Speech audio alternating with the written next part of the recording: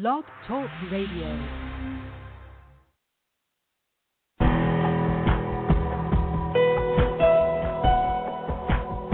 Welcome to our program on Kardec Radio. And now, here's our host, Dr. Vanessa Anceloni. Welcome, dear listener, to Kardec Radio. We are here live from Kardec Radio Studios, and we are going to talk about educating children. What a vital, important topic. A topic that can change lives, can transform lives forever. And to help us, break down the details of the topic, we have here with us our dear Gil Rustice, who is professionally a couples and family therapist in Miami, Florida. By the way, he has a website, www.truelifewisdom.com. And as a spiritist, he helps, the spiritist movement in Florida as a whole. And he is mainly affiliated to the Bezerra de Menezes Kardashian Spiritist Center. But he's not restricted to that. He's helping throughout the Florida Spiritist movement and us here at Kardec Radio as well. So we are going to share with you that this coming October 31st and November 1st, the British Union of Spiritist Societies is promoting its medical spiritist meeting. Physicians who are spiritually driven are getting together to share the latest research on the topic spirituality and medicine and how you can transform healthcare for the better with the notion and the applicability of the spiritual approach. If you want to know more, just go to the website buss.org.uk. Right now, we're going to kickstart the program with a beautiful message titled Optimism by Joana de Angelis in the book and CD, Living and Loving. And after that, Dr. Rustice here with us. Chapter 6. Keep Your Optimism.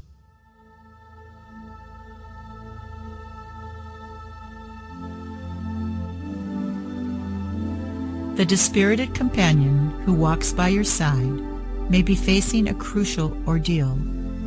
That friend of yours who slipped into delinquency may have tried hard to avoid crime. The other one who succumbed to vice may have fought against it but was not strong enough. The co-worker who discontinued service might have tried to stay in his place but was unable to comply. The friend who suddenly became your enemy may not have been able to overcome his pernicious tendencies. People acting negatively need understanding rather than criticism. Some might have wished to act differently but could not help themselves. A few others may be secretly trying to fight their negative drives. Many may have already acted as anonymous heroes but are now in disgrace. All of them need a new opportunity to prove themselves that they can change their behavior. They may never ask for help. Still, they should be given a new chance. Consider the positive side of people's actions and forget their weaknesses. Do not reject them. It is easy to fraternize with nice and diligent people always willing to cooperate and serve. It is agreeable to enjoy the company of worthy persons. But they also have problems of which you probably know nothing about. The earth is both a school and a hospital for unhealthy souls. Nobody living on earth now is an exception from this rule. It is useless to seek the company of angels, since they are not incarnate on earth now. All people on this planet bear the same characteristics as yourself. They suffer, have their own limitations, and they want to live in peace, and they dream with happiness. Try not to comment on the deficiency of others. If you cannot help them, keep silent and excuse them when they hurt you. Do not be disheartened by their behavior. If you know what you are looking for and are willing to serve, go on acting as you know best and be gentle to all who come your way. Do not harbor grief or disappointment within your heart. Be an optimist. Help those who have gone astray back to the right road. Abandoned and betrayed, Jesus was never disheartened. Never did he display resentment. He was the great winner of all the battles that life reserved for him.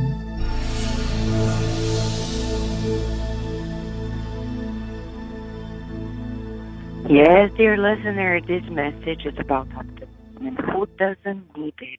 We all need it because life is very interesting in its challenges.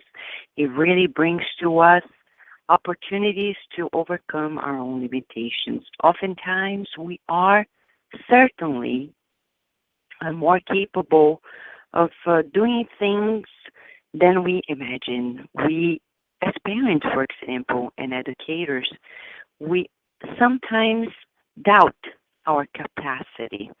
But to educate another being that was given to us temporarily by God as children is an opportunity to really shape up this self-confidence. So we will talk about confident parenting. Confident parenting is essential. God granted us, the children, temporarily trusting that parents for this child for the time being. I know we may doubt it, but it's what is needed, not what the child deserves, because we all deserve the best, which is God. But we always deserve the best, but need all the experiences in life to really grow strong. So to talk about educating children from a spiritual perspective and a psychological perspective as well, we have here with us our friend Gil Rustice, who is professionally couples and family therapist in the Miami area. You can go to his website, truelifewisdom.com. And he is also a very engaged and active spiritist in the Florida area as a whole. He's mainly in Miami, but he helps many other groups throughout Florida. And us here at Kardec Radio, thank you so much, Gilberto, for being with us at Kardec Radio. Oh, it's a pleasure to be here. Thank you for having me. Oh, Gilberto. So tell us a little bit about the work you do as couples and family therapist. Okay. As a couple therapist, most of my clients are couples, but I do have a number of individuals as well. When it comes to couples, I try to be as holistic as possible, being a spiritist and a couples and family therapist. So I bring in what I know about the spirit into the table, into the discussion, and try to link that with what I know from science's side. And putting those, both together, I have been able to help people in a way that I think has been more profound and better for them. Mm-hmm. And tell me a little bit about, lately, are there differences you have been doing for years?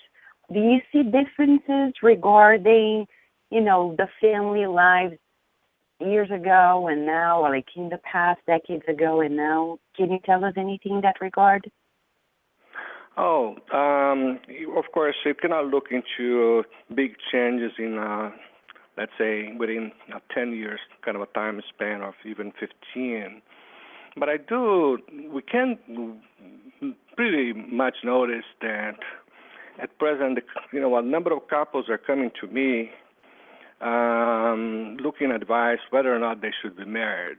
This is just to put things in perspective. So people are experiencing life together, and sometimes even have kids together. And decision to get married in the traditional sense is sometimes secondary. That's one thing. Also, we're dealing right now with the millennials. or millennials. Mm-hmm. You know, Mm-hmm. they think different. They have a different view of life. They get married much later in life. They are all, they try to realize themselves professionally first. They are all work moms, and of course, in addition to the daddies. And those things create different needs as far as education, as we may or may not discuss today.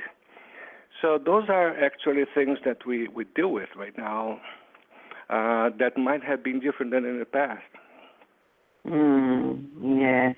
And it's quite interesting. And as you say, education of children depends not only on one person, depends on several people, and mainly like those who committed to bringing that child to life. Nowadays, not necessarily it's a man and a woman. It can be two women, two men. And many are unfortunately single. And I say unfortunately because it's much harder for sure, right, Gilberto? Well, just to refer back to what you said in the first place. So yes, education does require at least two sides. The teacher, that includes the parents and caregivers, and then the student. So to our question is, are the kids today more difficult or different than the ones before, generations before, to educate? Then we have to look at both sides. And we are now in a situation where millennials are in charge of educating a class of our generation, what they call Generation Z, which is a completely different class of spirits according to what we know from the spirits. And still, nothing is wrong. We have all the instruments, we have all the information we need to do a great job. Now, from a spiritist perspective, we know that when two people commit to being together, it's in the laws of humans, because in the eyes of God, there is no actual, let me say this way, figuratively speaking, like need to get married and be married for eternity. It's just like a temporary commitment in which we potentially will commit to caring for other people's lives. But it's very, very tricky, because there you have two different people who are committed to the curriculum. Let me say this way, in an educational manner. There is a spiritual curriculum to fulfill, and the parents sometimes are not aware of it. So where should people begin in that regard? Well, this, you packed a number of things in there. One is really what is marriage, right? And it's just a short-term commitment. It's a commitment. Is that it? A commitment, before what? Before whom? And, there's normally when I get into those discussions with my clients, I made it very clear that God is interested in that part that involves Him. The paperwork is the paperwork. So, and the Spiritism will tell us, marriage happens, between the spirits, and that marriage happens up there and not down here. What we sign here is something that we can tear apart in a minute. So that means a big commitment before God to do what we're supposed to do with the kids. We know what God told us, that we were created men and women to have kids, and we are going to be one body only to take care of this kid and love him, love the kid, and do the best we can as a couple to make the kid be a responsible kid. So that's one part of your question. How can we really learn and do better than as parents? Let me tell you what I sometimes I tell my some of my clients when they tell me, unfortunately kids don't come with a manual or instruction manual, and then I say, well, you can't say that anymore. I guess you could have said that 20 years ago, but now they do. It's just a click away. It's just a click away. We have wonderful books coming in with the new science, most updated information from science that help us, that tell us what to do and what to expect. It's a matter of us willing to dive into the information that's available to us. But from a spiritual standpoint, spiritism has been around for a long time. We're now coming to a point where we do have a much better access to the spiritist doctrine than ever. I was just looking in your site. We can, even if we don't have time to read the books, Kardec's books, we can listen to it. Exactly. And then in spirit, I don't know here where you are, but here in South Florida, we have a number of spiritist centers. What we do need are workers, and then we need the parents to come in and do what they're supposed to do, which is to learn to teach, and to in other words, to educate in this case, to learn how to educate. Because let's face it, if you're not a good parent, well, to avoid words that I don't mean here, let's put it this way: what you are will tell more to your kids than what you say. Meaning, you're not going to give your kids the words that are going to transform him if you are not behind the words. You don't behave. You are a great spiritist for 40 minutes a week when you go to the spirit center, but outside that, you are not. So hopefully that answers your question. Yes, and it makes me recall once Chico Xavier said that parents and people, before they get married and before they actually commit to having a child, they should have a course on the spiritist view of it. And would you agree? Well, it's funny because once you study psychology, and then you come to the conclusion that everybody should do the same, because life is much easier if you are a good psychologist. Unfortunately, we get married before we have all the information we need and all the time we need and all the money we need and etc. to get prepared properly for marriage. And then worse than that, or more complicated than that, rather, we have kids before we're prepared to nurture them. So I wish. And I'm sorry to interrupt you, but I know parents who they have children when they are young, and then later, almost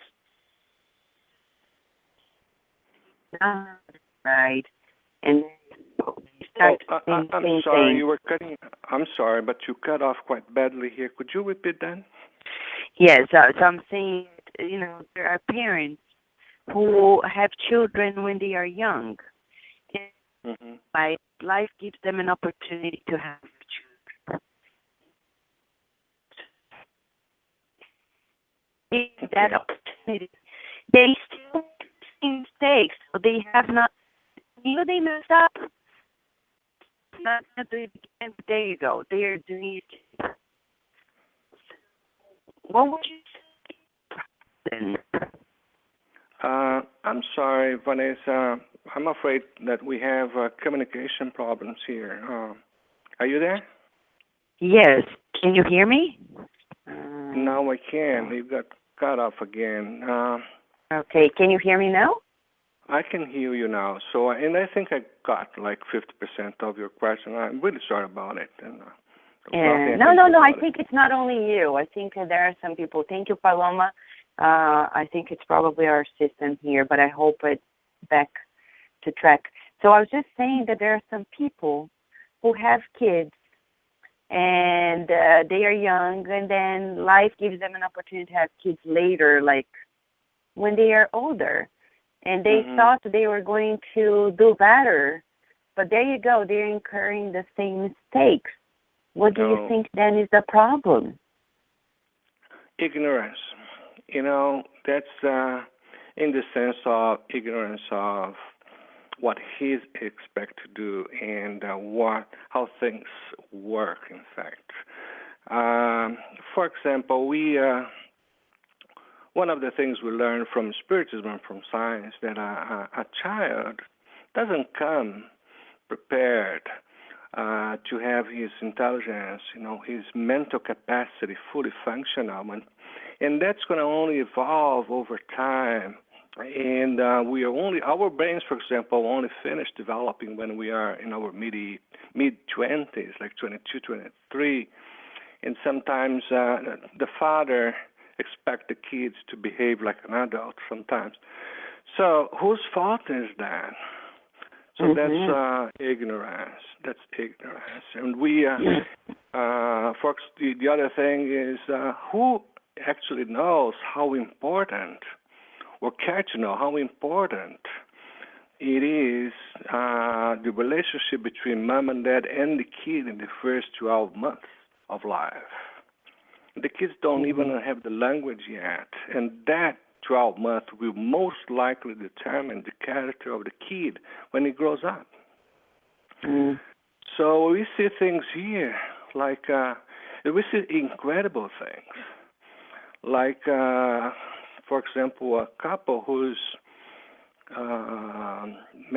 father was, he decides, for example, that the kid needs to cry in the cradle for at least 30 minutes before they go and attend the kid.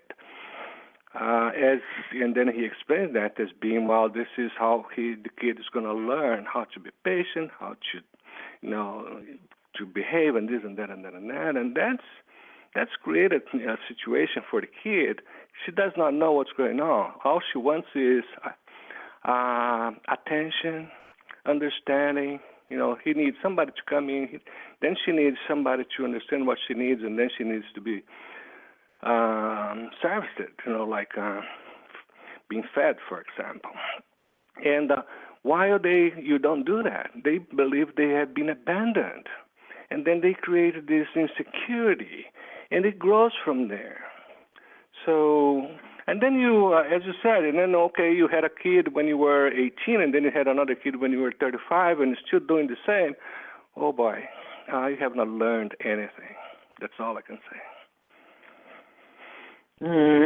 That's very interesting. Well, talking about development and how the physical body can be in some way inform a temporary limitation, we're going to stream today the case of the boy Marcel as a representative of these developmental boundaries and how we should see the child as a spirit. So much so that in this case, Kardec was able to evoke the spirit when it was asleep. And I know there is a listener who is here looking forward to ask a question, Gil, but we're going to do this after listening to this case, okay? It's the case of Marcel in the book Heaven and Hell, all right? All right, thank you.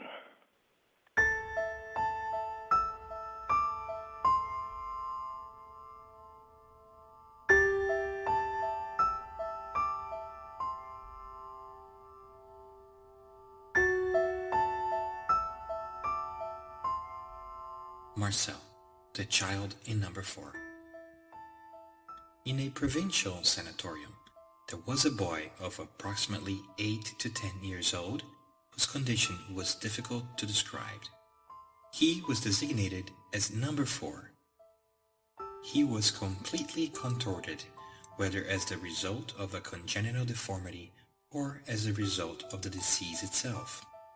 His twisted legs touched his neck, and he was so gaunt that his bones were about to tear through his skin. His body was covered with sores, and his suffering was atrocious. He belonged to a poor Jewish family, and his sad condition had lasted 4 years. He was remarkably intelligent for his age. His sweetness, his patience, and his resignation were uplifting. The physician under whose care he had been placed was touched by compassion for the poor, nearly abandoned child. His parents seldom seemed to come to visit him, and he took a special interest in him. He enjoyed chatting with him, charmed by his intellectual precociousness. Not only did he treat him kindly, but when his duties would permit, he'd read to him and marvel at his rectitude of judgment on matters that seemed beyond his age. One day, the boy said to the physician, "Doctor, please be so kind as to give me some more of the same pills as the last ones." "But why, my child?" replied the physician. "I have given you enough already, and I'm afraid a bigger dose might be harmful." "Well, it's just that I'm suffering so much. I've been trying not to cry, and I've prayed to God to give me strength not to disturb the other patients, but it's been hard not to. Those pills make me sleep, and when I'm asleep, at least I don't disturb anyone." These words are not enough to demonstrate the elevation of this soul enclosed within a malformed body. Where could this poor creature have gotten such sentiments? Certainly not within the environment in which he had been raised. Moreover, he could not yet have possessed such an ability to reason at the age at which he had begun to suffer. These sentiments were thus inborn. However, if he was possessed of such noble instincts, and if we were to accept the fact that this soul was created at the same time as his body, the instrument of such cruel torture, why had he been condemned by God to such a miserable and painful life? Yes, one would either have to deny the goodness of God or accept an anterior cause, that is, the pre-existence of the soul and the plurality of existences. The child is dead now, and his last thoughts were about God and about the caring doctor who had taken pity on him. After some time, his spirit was evoked at the Parisian Society, where he provided the following communication in 1863. "You called me, and in order to touch all hearts, I have come to make my voice heard beyond this wall. May the vibrations of its echo reach people in their loneliness and remind them that agony on earth prepares them for the joys of heaven, that suffering is nothing more than the peel of a delectable fruit that yields courage and resignation. That voice will tell them that upon the invalid's pallet of misery lie those sent by the Lord.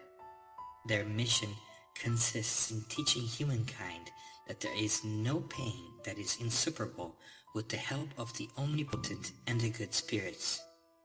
That voice will enable them to hear groaning mixed with prayer and to understand the pious harmony that is much different than the guilty tones of groaning mixed with blasphemy. One of your good spirits, a great apostle of Spiritism, has granted me his place tonight. I would like to take my turn to say something about the progress of your doctrine, which will aid the mission of those who incarnate amongst you in order to learn how to suffer. Spiritism will be the signpost. They will have its example and voice to follow. Groaning will then be turned into cries of contentment and tears of joy. From what you have said, it seems that your suffering was not an expiation of previous wrongs. My suffering was not actually a direct expiation, but I can assure you that all suffering has a just cause. The one whom you knew as being so miserable had once been handsome, great, rich, and admired. I had flatterers and courtesans. I was vain and proud. I had once been truly guilty. I denied God and harmed my fellow beings. But I cruelly expiated my wrongs thereafter, first in the spirit world and then on the earth. The suffering, I endured for only a few years during my last and short existence, I bore for an entire lifetime into extreme old age in the existence before it. Through repentance, I re-entered the grace of the Lord, who entrusted me with several missions, the last one of which you are familiar with. I myself had asked for them in order to achieve my purification. Goodbye, my friends. I will return to you a few more times. My mission is to console, not to instruct. Nonetheless, there are so many here whose wounds lie hidden that they will be happy with my presence. Marcel.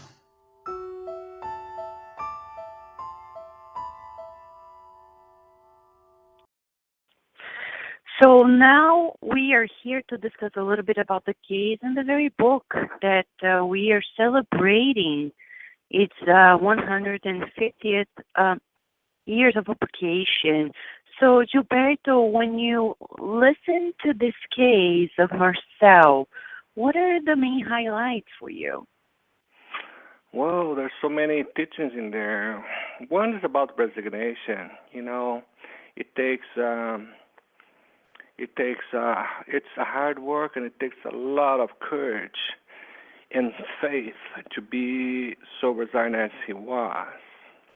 And this is something that we're still learning. We, I mean, typical person here in this world, it's very hard for us to be resignated, to accept that we are here for a specific cause, and suffering is part of it, in the sense of we are going through trials, through challenges. So that's probably a big one.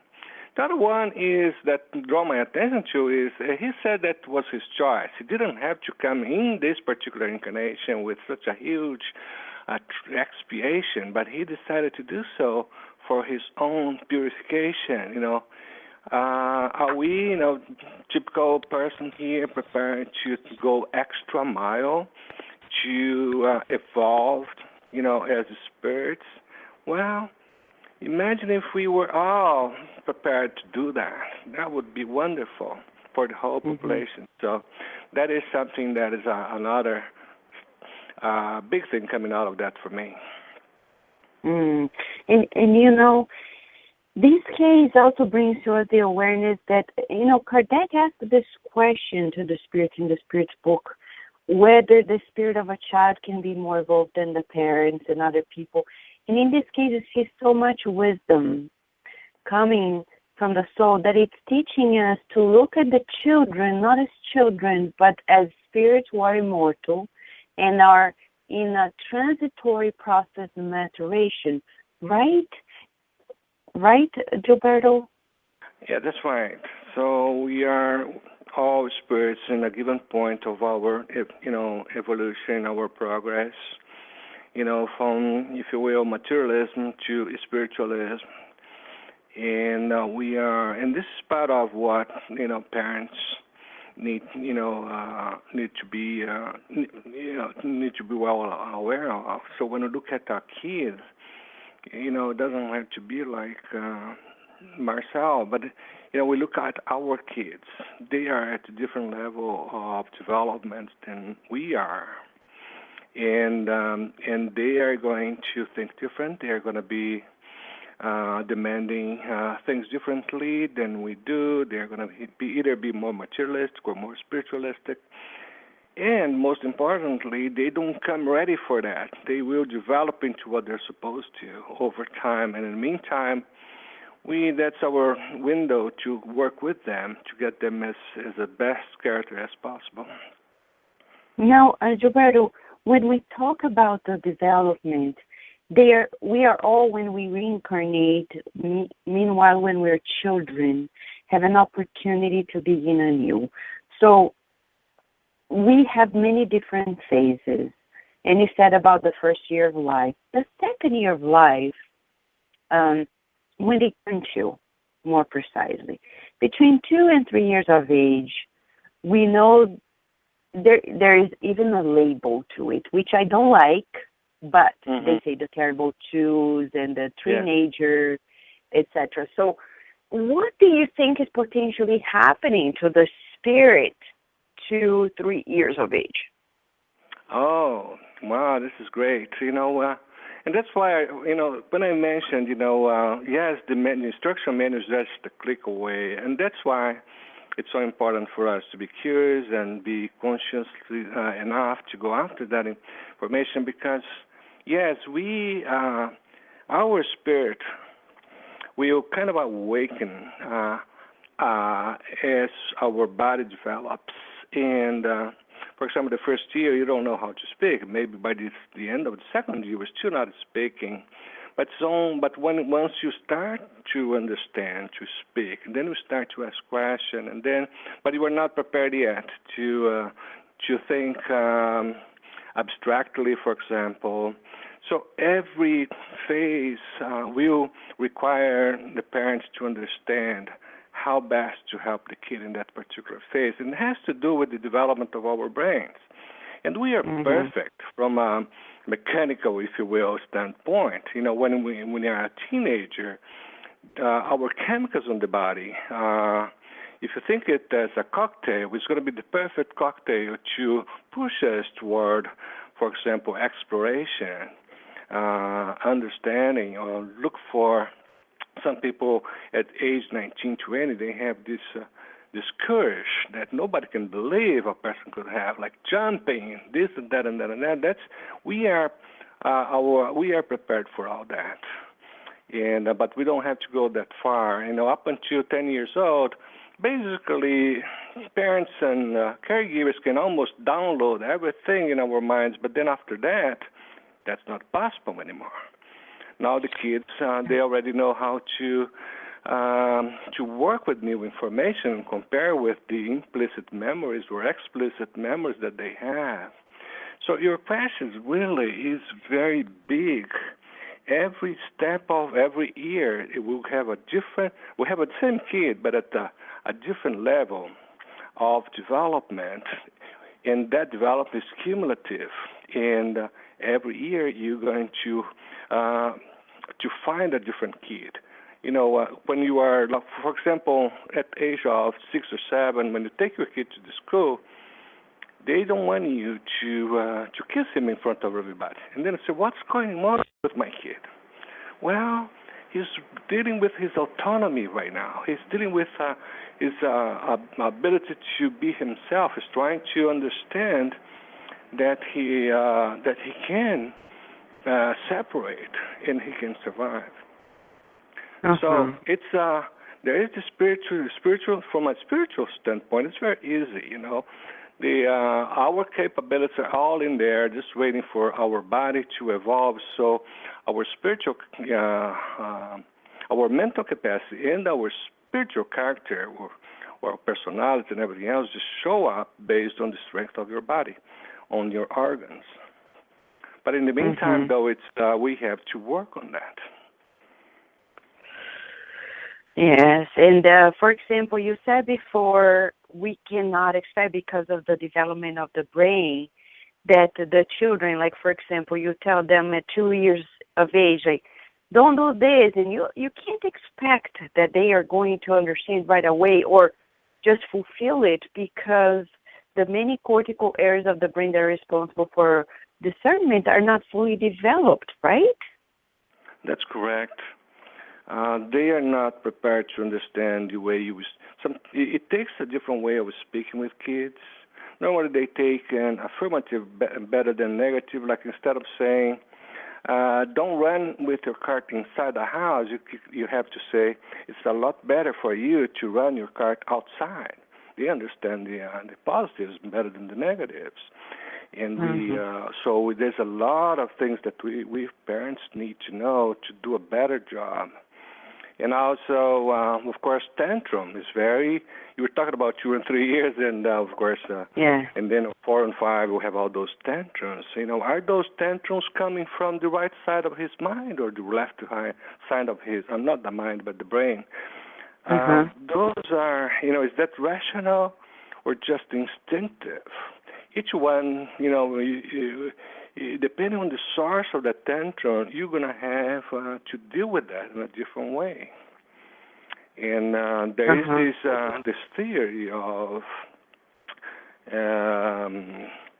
first you're going to have to connect and then redirect. That's the theory, connect and redirect. So when a kid's having a tantrum, and let's say it's a tantrum related that's coming from his instinct, and then you have first to calm him down, and then redirect him to something else. Now, if you is going to deal with that with another tantrum, then you're going to get things a lot worse, and get nowhere from an education standpoint. Mm-hmm. So, for example, you already gave the parents a tip about, instructions. Like if you give a positive instruction, they're going to take it better than just doing the negative way.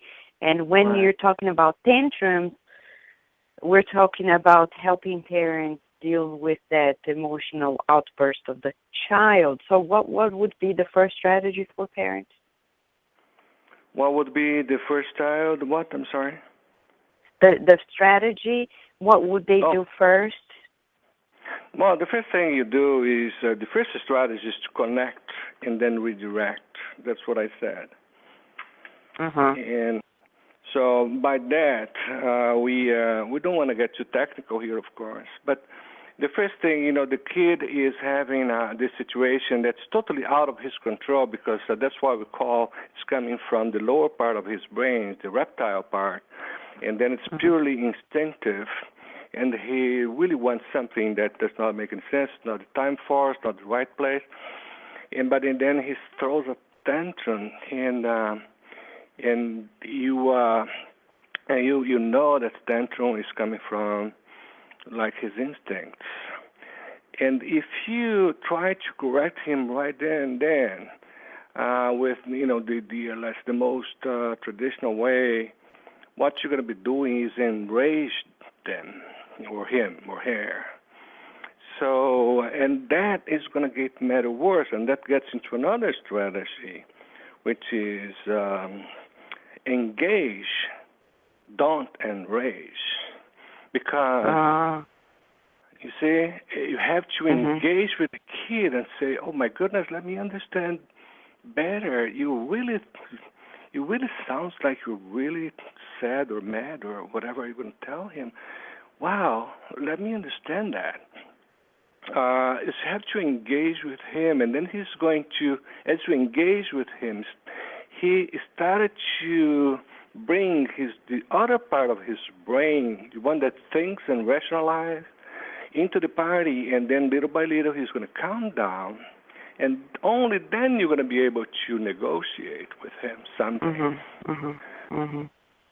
Interesting. Now, if you enrage them, Go ahead, please. I was going to say that if you enrage them, then you lose an opportunity to teach something that could have been so important going forward. But would you agree? I often observe, Gilberto, that many parents, you talked about ignorance before, driving parents' behavior, and I observe often that some parents have that need just for egotistic reasons, like it's their ego. They have to show that they are the ones who have the power, they are the ones who have to say the no and to put the limit, and that's good for their ego. It's not because of the child. They just say, right? Doesn't that happen too? Oh, yes. If you allow me to tell a story that is told by Tara Brach. I know you like Tara Brach, so you must have heard this before. Yes. So this couple come away, the couple and a little lady, a little kid, but it's a girl, I'm sorry. A little girl goes to a restaurant, and the waitress coming in and saying, well, may I take your order? So the father said whatever he said, here's what I want. And then the woman, the mother in this case, and then comes the kid, and the kid said, well, I want a hamburger, or she actually said, I want a hot dog, and I want a Coke. And then the father immediately turns to the kid and said, no, you don't want that. She does not want that. Bring her this and this and this, mashed potato and milk. I'm making this up because I don't remember exactly what it is. And then the waitress turned to the lady, to the kid, the girl, and said, honey, what do you want on that hot dog? Almost like ignoring what the parents said. And then the little girl said, well, I want mustard and this and that and that. And then the waitress left. And the parents were like astonished. It was like frozen. And then all of a sudden the kid turns to the parents and says, did you see that? She thinks I'm real. Oh. So that's how she was seeing herself. I'm not real.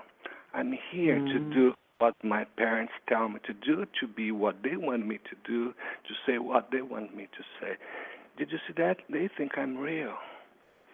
Well, that is a big part of the answer to your question.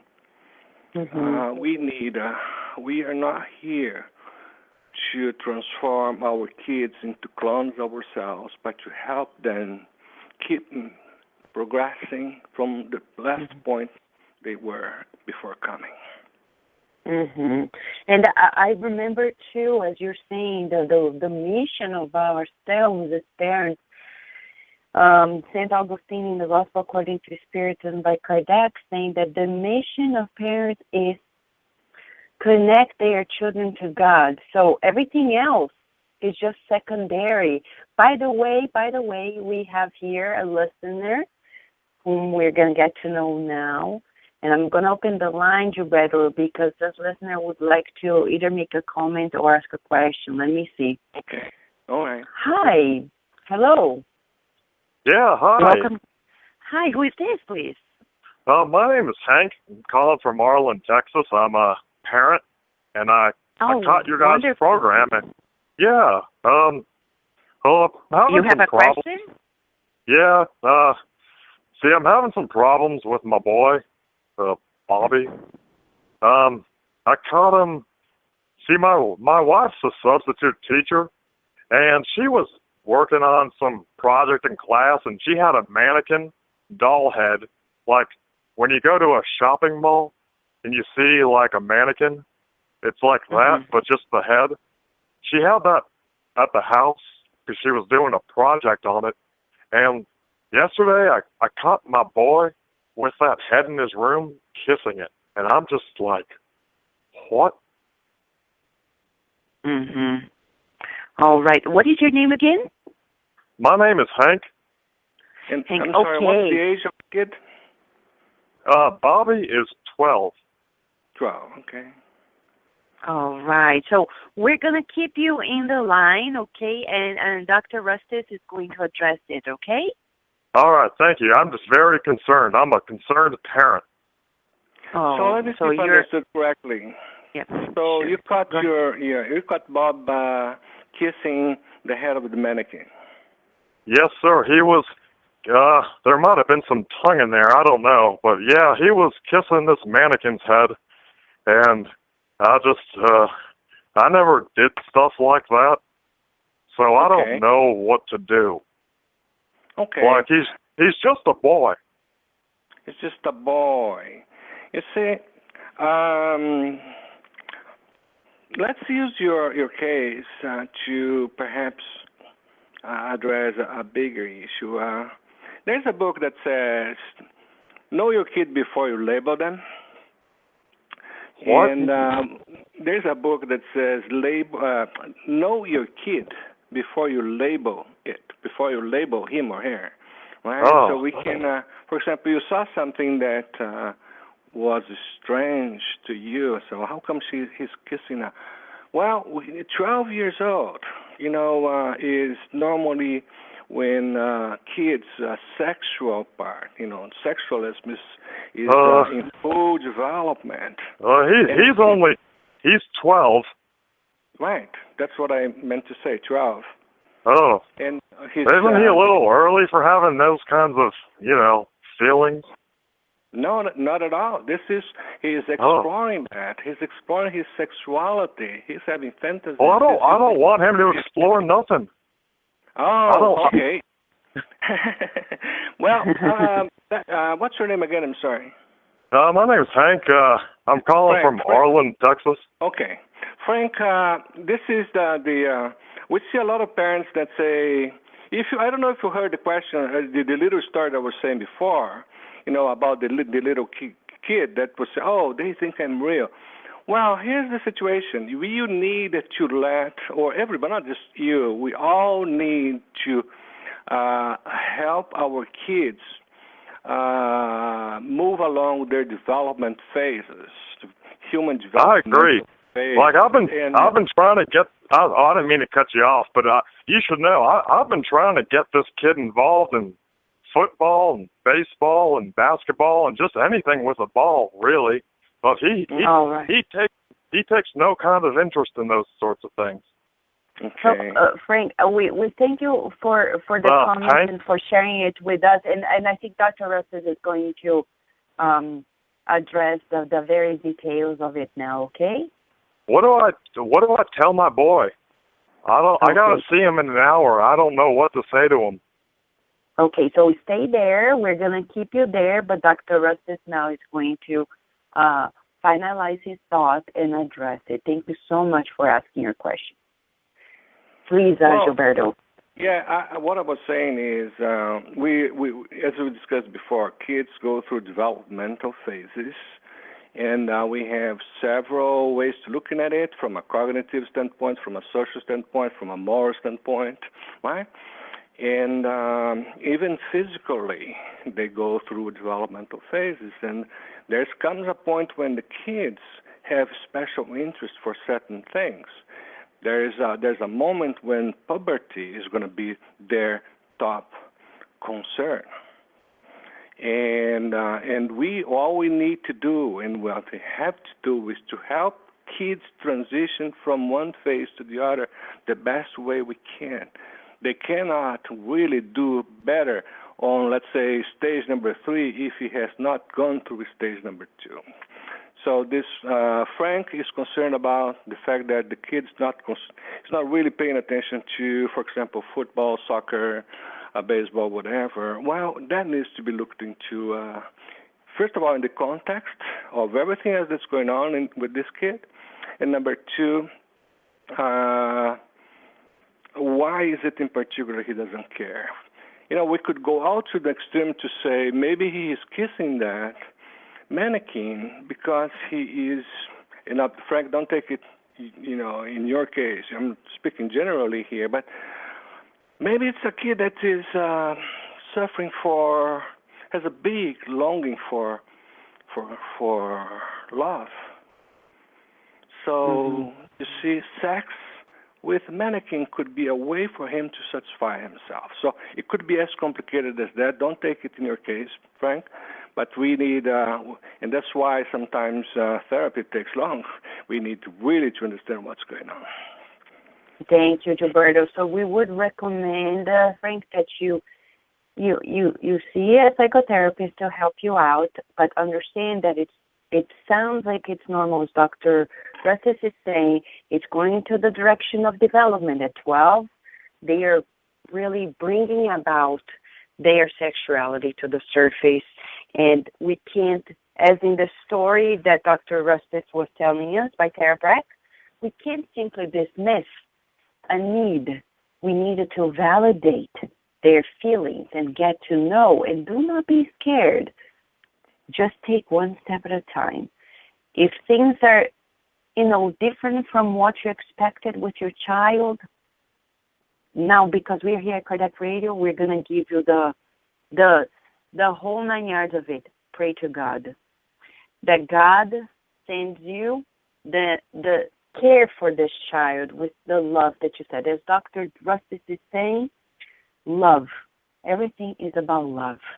We are beings who have emotions, and we need to care for our emotions. We cannot simply, either as a man or a woman, we cannot dismiss our emotional life. Now, Gilberto, I also would like to address here a question and a comment by Marco. Okay. Thank you so much, Marco, for being here. He's a Blog Talk Radio, and he wrote, I'm going to read it all. He says, I think perhaps we should also review the concept of traditional families because the children of today are also growing inside different family realities or a mix of unconventional households. They come from different family structures and backgrounds. I'm referring, for example, to children of divorced parents or abandoned by their parents or growing in a household of gay parents. This counts for more than half of the number of children growing from traditional families. How do we keep the future grip of these children to interact with the children of traditional families? How to integrate them toward the development of consensual rules? Thank you, Mark, for an important point. How could we best address that? Okay. There was a question from somebody else that says, it's for a father dealing with a stepkid, and the question was, does it matter for the kid? What's the impact on the kid? Well, actually, it matters because the biological mom is not there. However, the kid can do a great job, developing itself and being happy and growing up the right way, etc., under the care of a caregiver or stepmom or stepdad.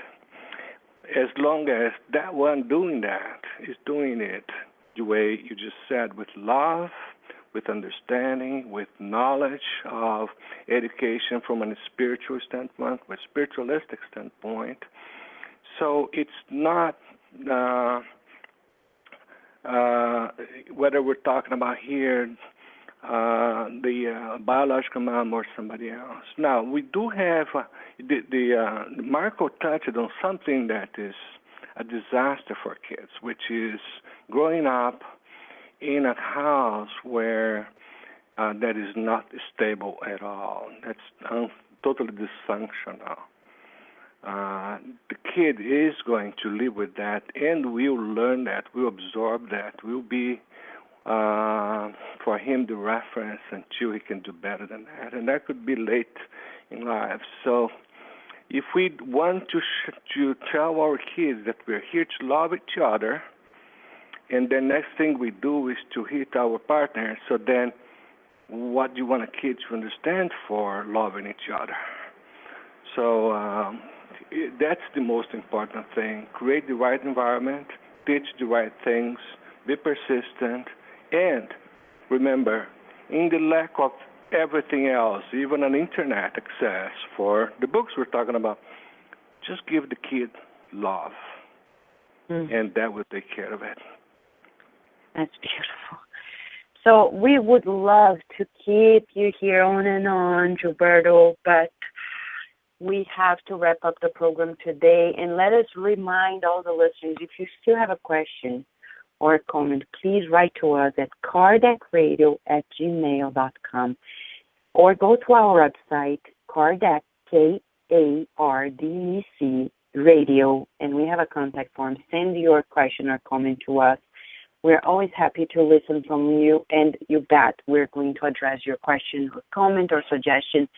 And don't forget, for parents and educators, the mission is to connect that child to God. That's it.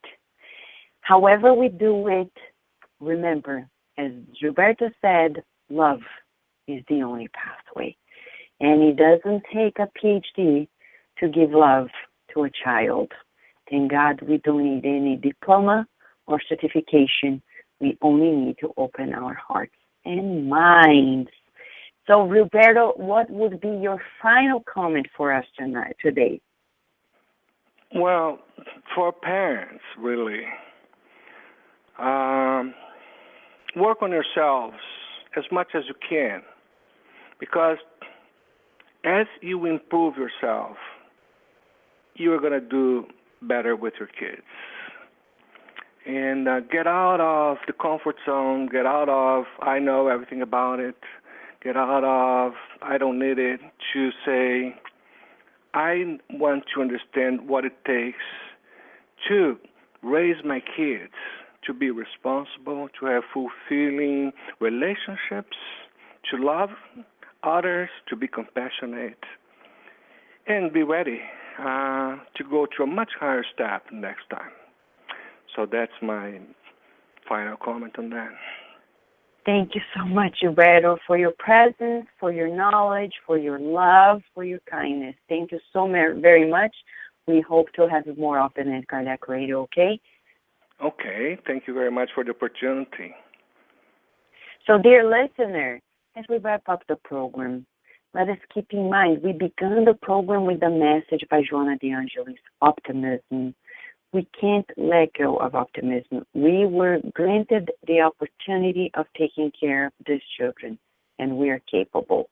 So let us keep ourselves connected to God so the presence of the guardian angels that are representatives of God in our lives guide our children to the development that they need, not only physically, but the development of themselves as spirits, because we're all growing, immortally speaking. And right now, we'd like to wrap up the program with a prayer of gratitude and prayer for all parents around the world. No matter who you are, where you are, what you've done with your parenting mission, there's always an opportunity to begin anew. Dear Mother, Father God, thank you so much for giving us the opportunity of reflecting on the mission you granted us in this life. Please guide and inspire us so we can fulfill your will on the earth as it is in heaven. We especially would like to ask of this prayer the blessings of patience and perseverance to all parents around the world. May they feel your helping hand, sustaining their lives and inspiring them to the loving fulfillment of their missions as parents. May they feel the call of your love as they envelop their children in their loving arms, and sometimes without a word, just vibrate their loving feelings towards their children. And whenever we make a mistake, please grant us self-forgiveness and the forgiveness towards our children too, knowing that we are in this together in our growth process towards you. And so be it.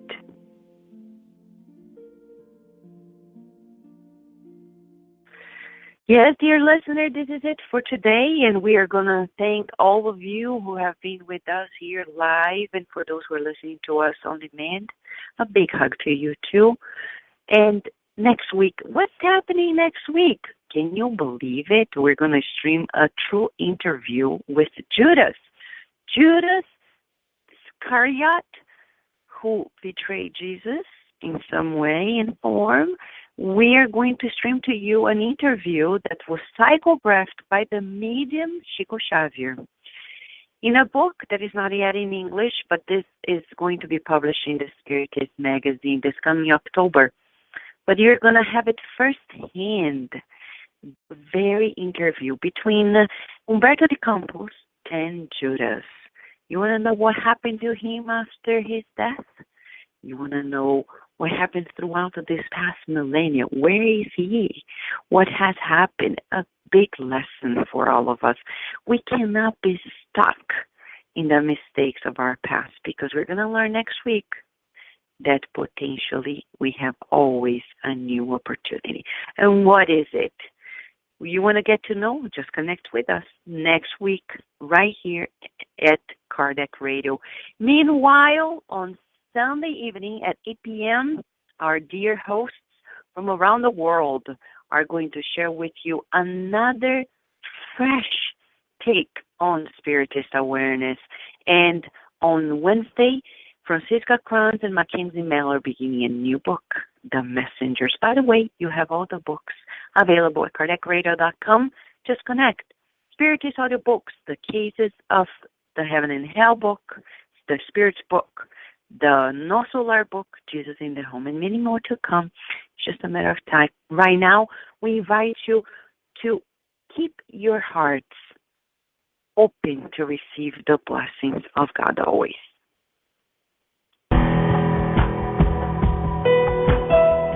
Thank you for listening to Kardec Radio, broadcasting live every Saturday morning at 11 a.m. Eastern Standard Time.